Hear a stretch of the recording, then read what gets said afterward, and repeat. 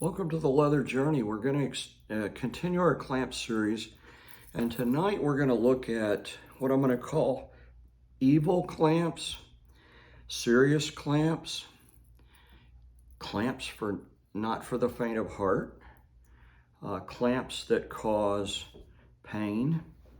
And let me grab one more set here, just to show you some different clamps and different styles. Okay, the first clamp I'm going to show you, and I'm going to try to do this where you can see it as best. Me doing this without the benefit of a camera person. This first clamp I'm going to call a pressure clamp or pressure point clamp.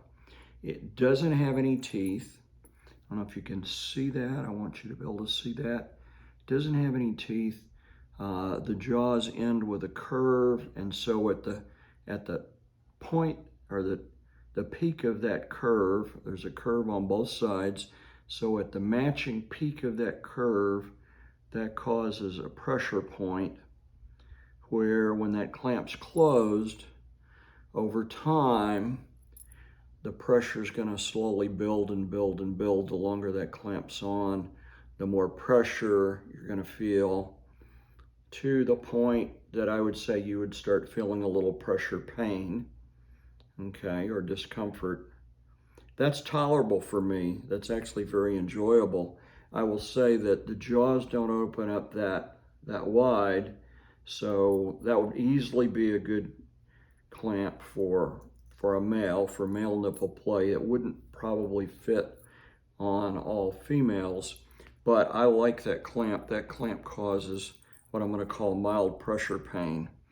But it starts us on our leather journey toward more serious clamps. This clamp also causes pressure pain, but the design is a little different, and I'm hoping I can show it to you. The bottom half of this clamp is completely flat, so think of it like a flat piece of metal, and the top is angled to a point. So that point is being pushed down onto a flat piece of metal. Okay, so that point focuses the pressure from the spring, and we'll try to give you some close-up views. Hopefully you can see what that clamp looks like, and when it's put on the web of your hand, it would be the same thing if it was put on a nipple. It's going to bite, and all the focus of the spring is going to be on that one point that's pushing against the flat side of that. And that's really intense, okay? That is tolerable for me for about 30 seconds, and beyond that, it gets to be too much. I will say when you're in play and you're aroused, you can tolerate more pain than when you're just sitting here talking about nipple clamps. So in full play, that wouldn't be as intense as I just experienced that. But if I have two sets of pressure point style clamps, this style is going to be much more tolerable for a longer period of time than the style that focuses all of that pressure in a small area or small single point, such as this clamp. Okay, so I would say this is medium intensity. This style was high intensity, okay, and could not be tolerated very long.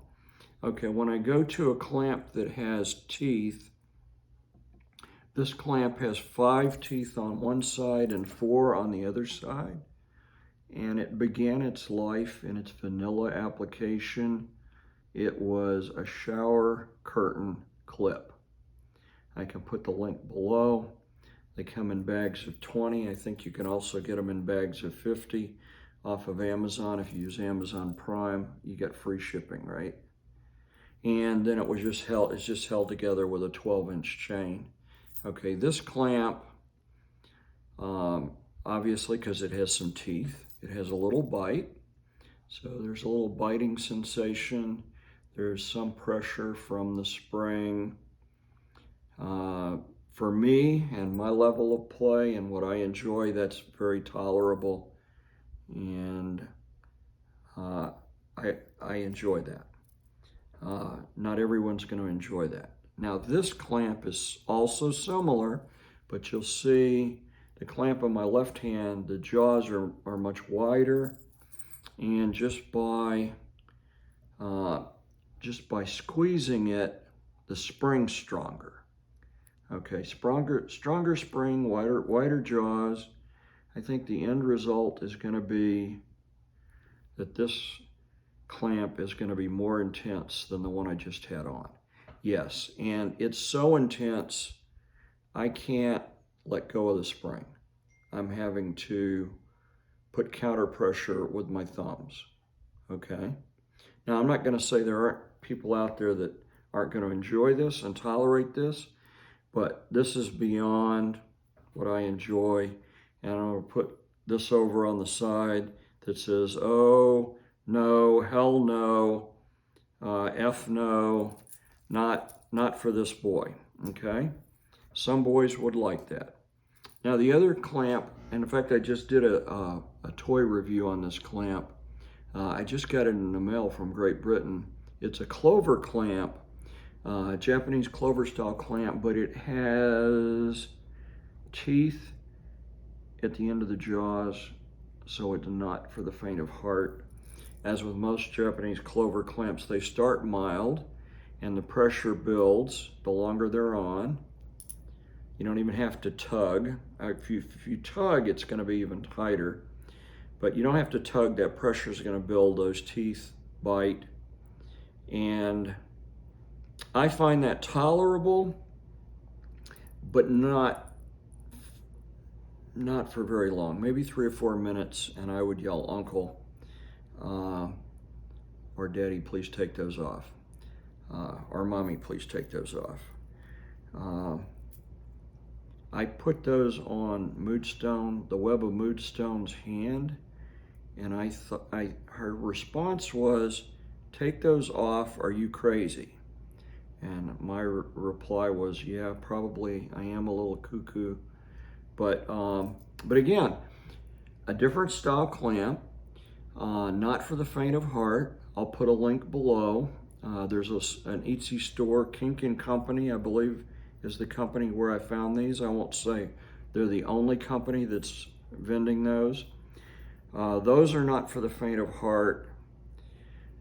But out of these pressure ones were mild or medium.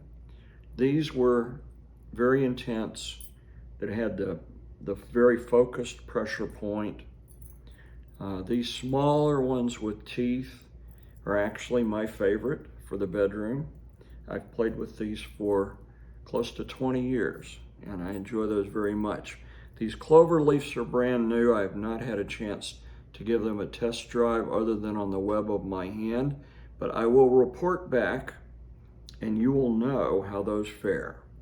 These have been used one time and I yelled uncle, and they've never been used again other than me to show you that there are some pretty severe clamps out there that are even more than what I enjoy.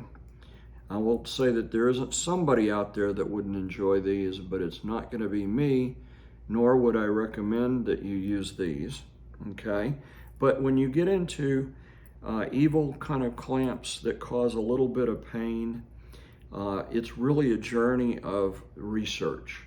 You see something, you go, I might want to try that. You spend a little money, you try it, and you go, I really like that. I like that so good. Those are going to be in the little side drawer by my bedside. Or this is really kind of moderate pressure pain. I think that would have broad application. I might put that in my toy bag and carry that regularly into the dungeon. And then these go in a Ziploc bag for when I do workshops or do a video, and they don't get played with other than that. So there you have it. The Down and Dirty from Dex on evil clamps. The good, the bad, and the ugly, not for the faint of heart. I will say if you use any of the styles of clamps that I showed you tonight, you might have some tissue damage that's going to require a few days of recovering and tender care. Your nipples are going to be sore the morning after.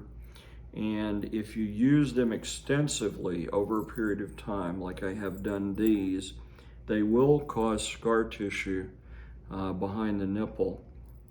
And I have not found them in my personal instance to cause a loss of sensation or sensitivity